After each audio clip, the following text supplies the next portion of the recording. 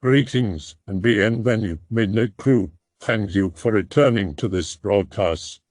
And welcome to new viewers joining us for the first time. If you like a video, then feel free to subscribe. What are some super dense, isolated national parks in the western U.S.? What areas just feel spooky or cursed to you? Super spoopy remote cabin recommendations. Also spooky forest stories thread, I guess, to keep it interesting. But I personally don't have any. Here's some of my tips on finding and surviving what I've nicknamed dead zones. Just start walking. Oftentimes the dead zones are just seemingly normal areas. When searching for dead zones, here are some clear signs. 1. You feel wildly uncomfortable in or around the area, whether day or night.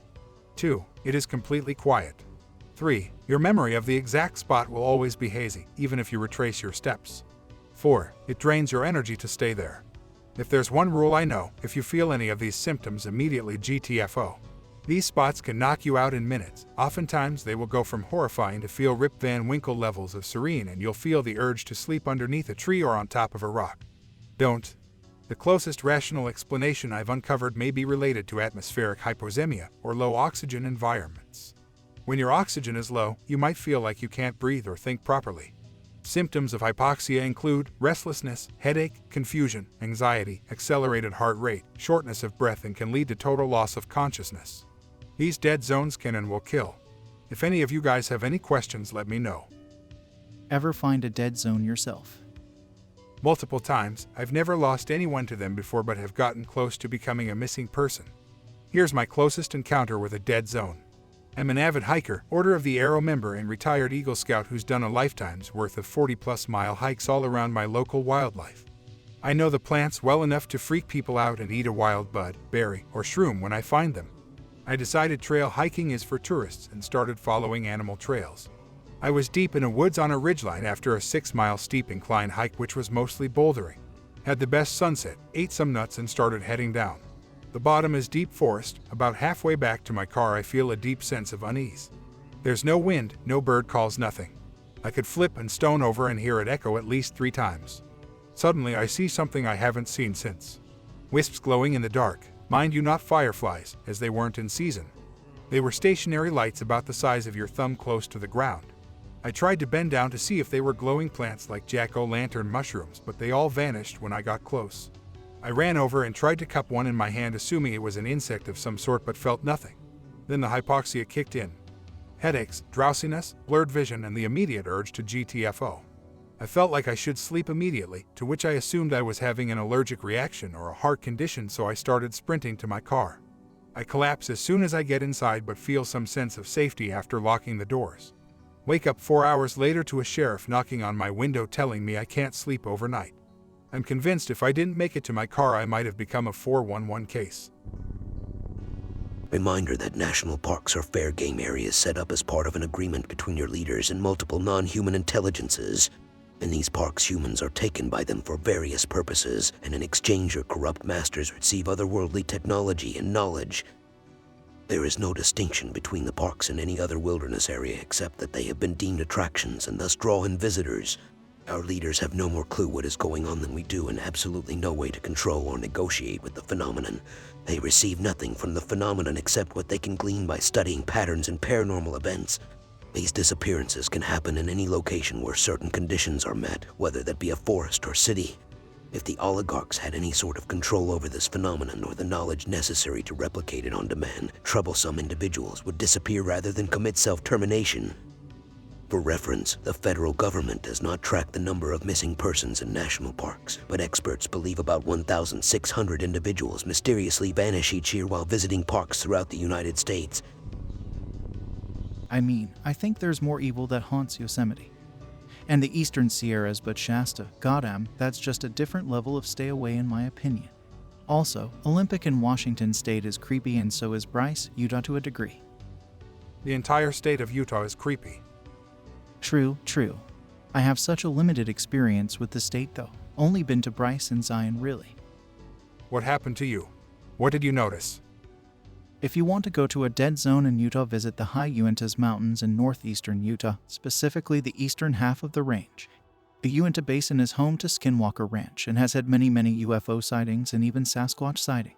I go backpacking there in the summer and I've heard voices saying hi to me in my own voice deep in the backcountry. Spooky place. OP here. Would do this, but literally just got back from a trip to Moon Lake in that exact area. Hiked around at night, it led to some spooks and felt like I was being watched the whole time. But it could have been because it was pitch black and kind of rainy. So just generally spooky weather for a night hike. Spookiest, most unnerved watched feeling I had was on the first night. Tent camped the first night, then stayed in the cabin.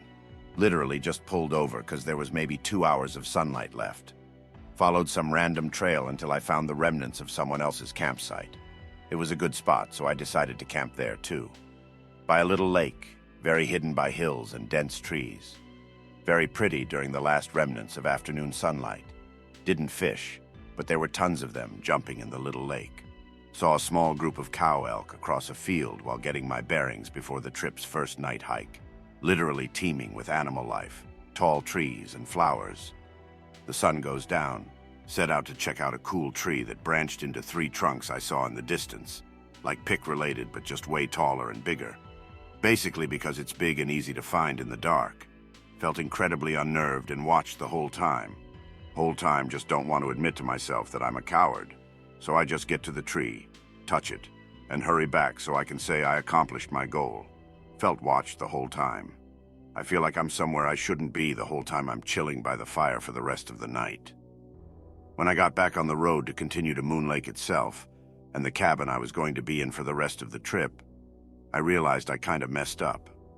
Pulled over before the res ended and the national forest land began, so I was camped on native land by accident. The rest was just general night hike spooks, but that first night was intense. I didn't sleep the rest of the night. Around 6:10 it was light enough for me to break camp and I continued down the trail. Little over an hour into my drive that morning I noticed a cave up on the hillside, so I started driving up to it to check it out.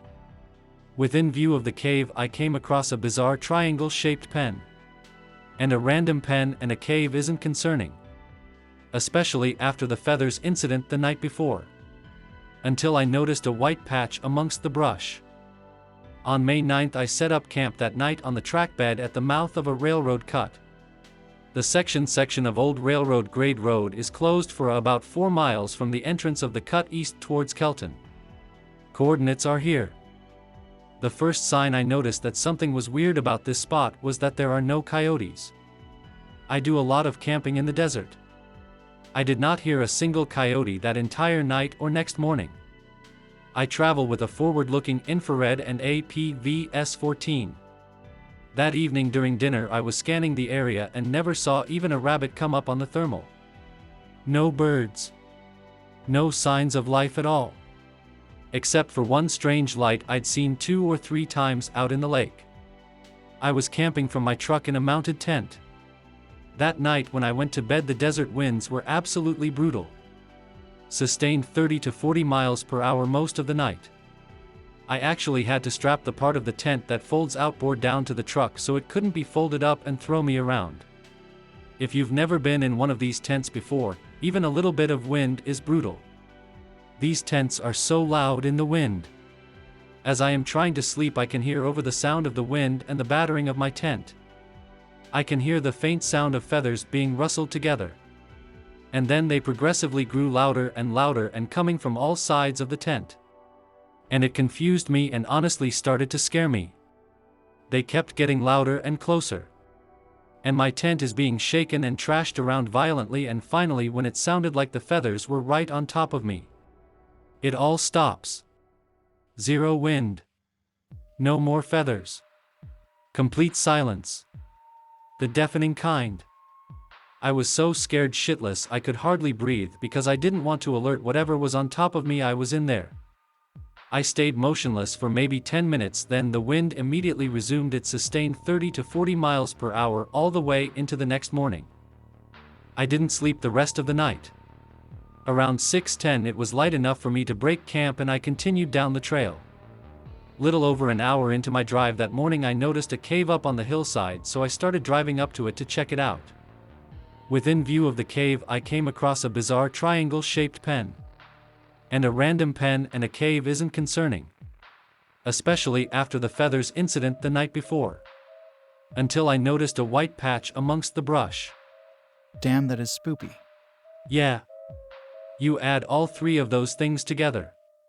Then it feels weird. It feels like a trap.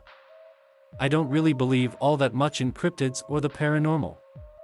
I've had a few weird experiences that I can talk myself into an explanation for. But not that. I know what I heard and experienced that night, and it wasn't just the wind. I also forgot to add that when I woke up that morning I noticed that there was still no coyotes. Whatever is out there is a predator, man. I bought some wooded land a few years ago. I think what happened there qualifies as spoopy. Be me. But also younger. Want to be a pioneer. Buy some land in Texas. It was junk, but it had held some woods. My plan was to use the land to build a small vacation cabin so I could come out west and play cowboy for a few weeks out of the year. I didn't plan on using much electricity at all. I was going to heat the cabin using firewood, which I'd gather from the woods. First night out.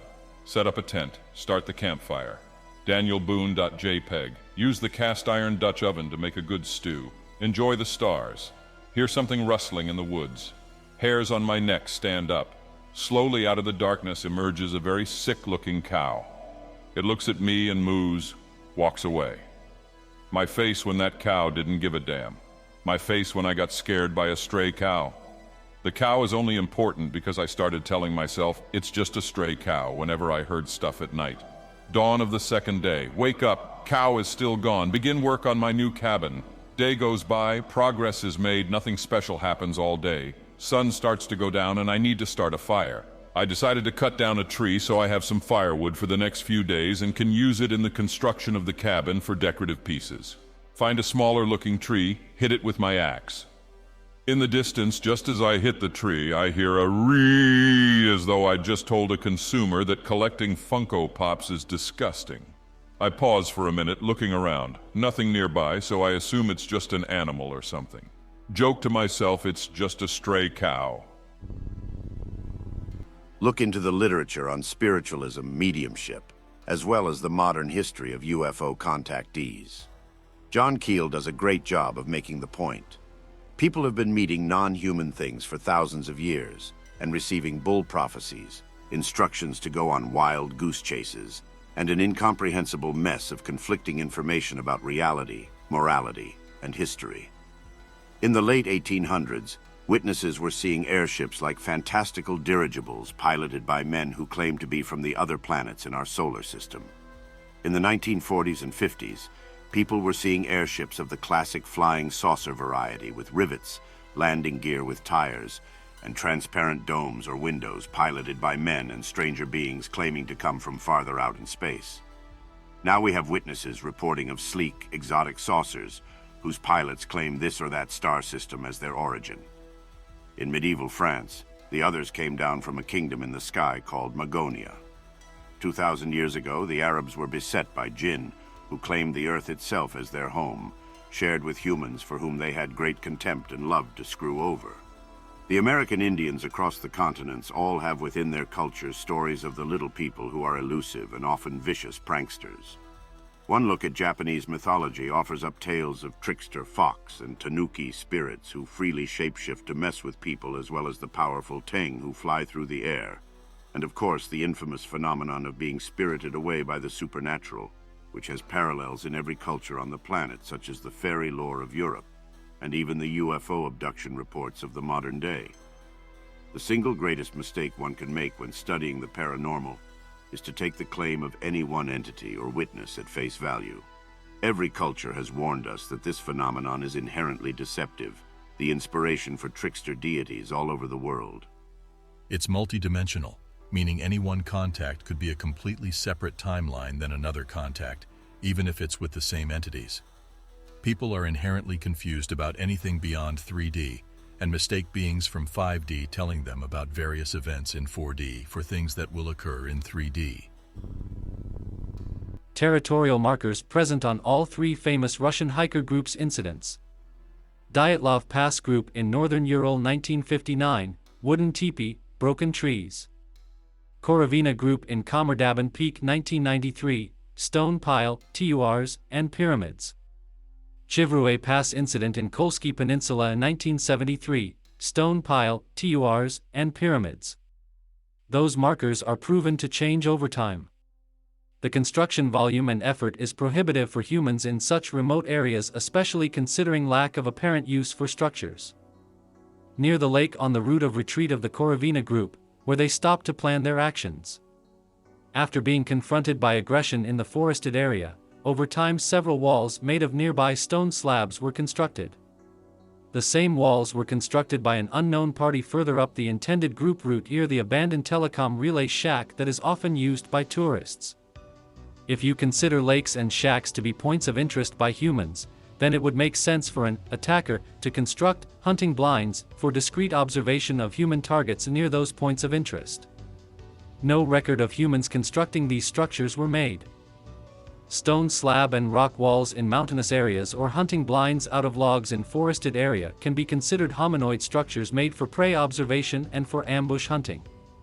Unlike humans with arched feet, Menkve have mid-tarsal brake feet that allow for greater mobility across rugged terrain and ability to dash at great speeds on all fours. Due to longer arms, however, those feet are not optimal for long-distance pursuit/chase hunting that humans practice. Therefore, an optimal hunting strategy is to use element of surprise and maximize hunter-own advantages such as night vision. Attack at dusk, dawn, twilight or night, and get as close to prey as possible before making the pouncing dash attack. Artificial structures provide cover in otherwise open areas for such a task. Satellite photos show that between 1993 and 2015, 2 more stone walls were constructed around the lake that Korovina Group used for their last camp. Lakes are naturally attractive for creatures as watering holes for local fauna and places to cook, marinate, decompose, or soften corpses for later consumption. In North America, people that experience Sasquatch activity on their property report wooden log structures, teepees, or blinds that are appearing overnight and get closer to their house every night. That is a creature trying to create artificial cover to get closer to a human and at the same time, to mark its territory in an aggressive takeover. The other important point is that those walls can be used not only for solitary, but for group hunting. In the Dyatlov case, at least 3 distinct sets of footprints were found, a family of male, female, and adolescent judging by their size. Even wolves know to separate their pack, chase prey uphill to reduce its visibility and then run it into an ambush at the top. That is why there are stone slab walls close to Tritran's human-made shed. To both provide cover that allows it to monitor and if necessary attack humans inside the shed and to use it as an ambush point. In the Himalayan mountains of India there is a Rupkund lake, a small 20 or 30 meters lake that is littered with remains of some 300 plus humans. Forensic analysis demonstrated their varied descent, ethnicity, and date of death, stretching hundreds of years. This lake is located near formerly very active pilgrim routes to Tibet, Nepal, and Indian monasteries and holy sites. Traders and explorers used to have to disguise themselves as pilgrims to enter these exclusive countries. Note on the photo, the thigh bone sticking out of the skull, indicating manipulation, playing with remains. The skulls have fractures on the top of the head, likely what killed them all. Similar injury would appear if one is struck by a heavy log or a bat over the head. One can presume that this lake was used as a softening/marinating spot to leave corpses of pilgrims in the water, by the hominoids inhabiting the nearby area. As this is the only large watering hole for quite a distance in every direction and most of the year it's quite cold. Waters of this lake would provide the only opportunity for a hominoid with omnivorous teeth, no canines, to soften up the meat for consumption in a reasonable time. The large number and date range of victims points to a stable population of specialized human-hunting hominoids in the area. I was tracking with a friend in Bolivia some years ago when we took the wrong turn and strayed off path. At first there was a sort of path we followed, but it slowly disappeared by grass and dirt until it went straight into a thicket of bushes. At this point we still weren't sure if we were lost or if it's the right path, so we decided to go through them to see what's on the other side. Behind the bushes we found a green, yellowish field, surrounded by trees on all sides. You couldn't see very far. There were ruins of what used to be a village of some sort, stone and wooden buildings, and weird wooden structures spread on parts of the field every few meters. It looked like they used to hold a sign or maybe a scarecrow, but they were slightly odd. The scenery was beautiful but eerie as F. The whole place was completely desolated, hidden, and abandoned. There was a really powerful silence there. Suddenly we couldn't hear any birds or water flow or anything else. Complete silence. We could only hear the breeze brushing through the field. It also felt like it had some aura around it, like me and my friend were chatting and joking and having fun, but the moment we passed the bushes both of us STFU immediately and just stared at the place. The place had the vibe of a cemetery. I don't know about him, but I had really strong goosebumps and tingles in my spine the moment we walked in. I really wanted to go explore that place, but my friend was spooked as F and said he had a really bad feeling and wanted to go back. I tried to persuade him to maybe just walk a few meters closer to take a look, but he begged me to go back on the road, so I was a good friend and went back with him. Although I don't believe in curses and folklore monsters, does anyone have any interesting theories as to what was in that place? Or was it just spooky scenery?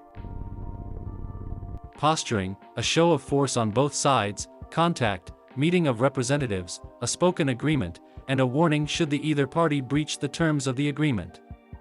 It's pretty funny though, because the non-human elements just don't give a damn, gave them some trinkets instead of the really good shit they were promised, and breached the contract anyway.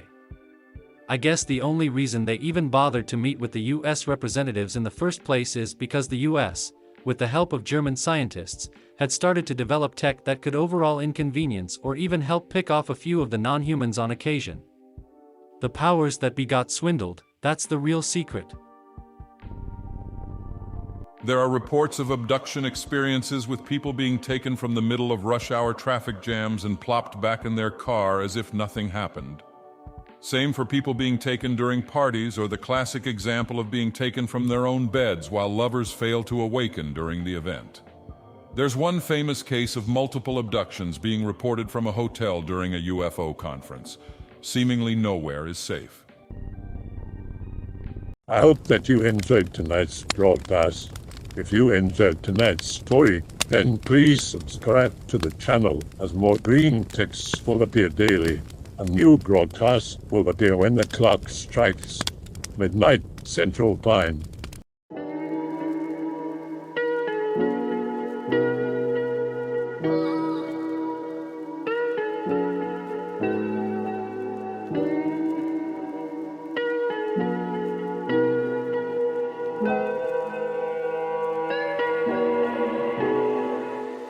Remember to check out the Odyssey page in the description for a second archive of the channel's videos. There's also a Rumble archive as a backup,